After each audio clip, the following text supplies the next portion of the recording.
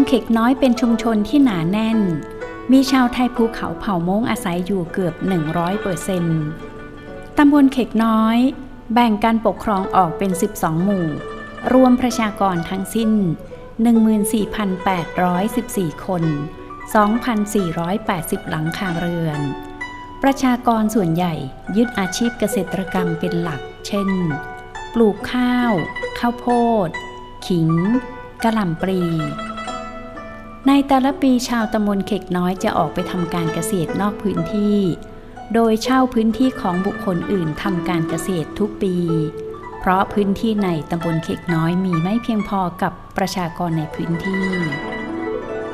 ชาวตำบลเข็กน้อยส่วนใหญ่ยังนับถือบรรพบุรุษและการประกอบพิธีกรรมทางศาสนาต่างๆยังใช้หมอผีเป็นผู้ประกอบพิธีกรรมชาวม้งมีพิธีกรรมทางศาสนาที่สำคัญเช่นฮูปลีหรือเรียกขวัญอัวเน้งเป็นพิธีกรรมทางศาสนาอีกวิธีหนึ่งที่ใช้สำหรับรักษาผู้ป่วยที่ทุกคนคิดว่าอาจถูกผีเข้าสิงหรือไก้เป็นพิธีกรรมปัดเป่าสิ่งชั่วร้ายให้ออกไปจากครอบครัวและวงตระกูลในวันขึ้นปีใหม่อัวชงหรือประเพณีการแต่งงานในสมัยก่อนการแต่งงานของชนชาวม้งจะใช้วิธีการฉุดฝ่ายหญิงโดยที่ไม่เคยรู้จักกันมาก่อนแต่ปัจจุบันวิธีการแบบนี้ไม่ใช้แล้วแต่ยังมีชนเผ่าม้งบางพื้นที่ของประเทศจีนที่ยังใช้วิธีการฉุดแบบนี้อยู่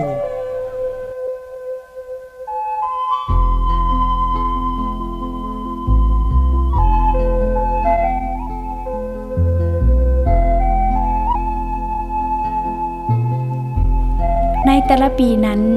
หลังจากเก็บเกี่ยวผลผลิตจากไร่นาเสร็จเรียบร้อยทุกคนจะเตรียมตัดเย็บเสื้อผ้าที่ปักลวดลายต่างๆด้วยมือของสตรีชาวม้งพอย่างเข้าฤดูหนาวลมหนาวเข้ามาเยือนเป็นสัญญาณบ่งบอกว่าเทศกาลปีใหม่ใกล้เข้ามาแล้วทุกคนต่างดีใจที่จะได้สวมใส่เสื้อผ้าใหม่ที่หลากสีสันสวยงามตระการตาเทศกาลขึ้นปีใหม่ม้งเป็นเทศกาลที่สำคัญและยึดถือปฏิบัติกันมาแต่บรรพบุรุษเพื่อให้หนุ่มสาวชาวม้งได้มาพบปะกันและเลือกคู่ชีวิตของตน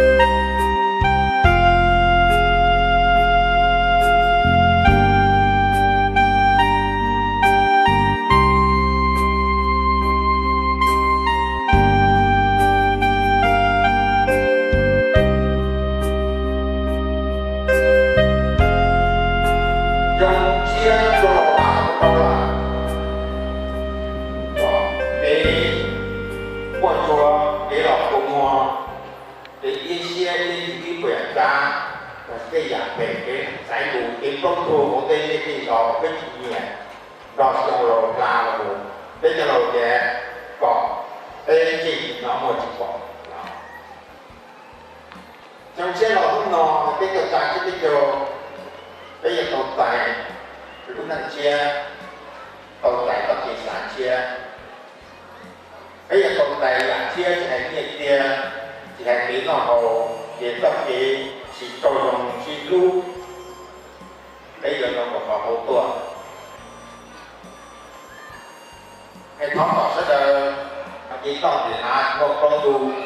thiên nhiên và tự nhiên thiên khu và tổ khu của dân trồng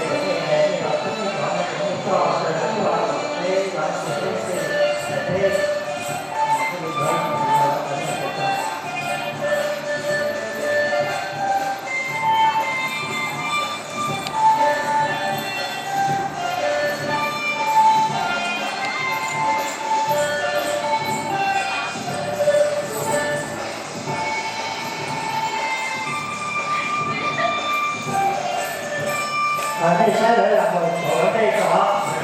để cái chuông này chỉ qua rồi.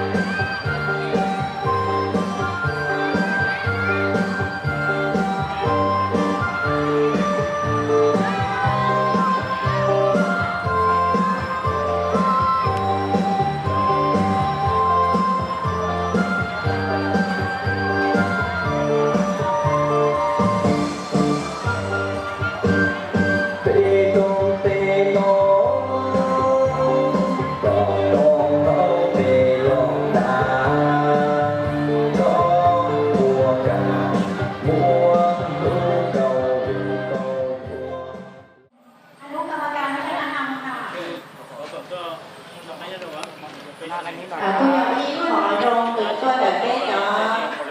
กำนันผู้ใหญ่บ้านเนี่ยเอามา6 ปีแล้วผมก็งงเราไปคุยกับเจ้าตัวเนี่ย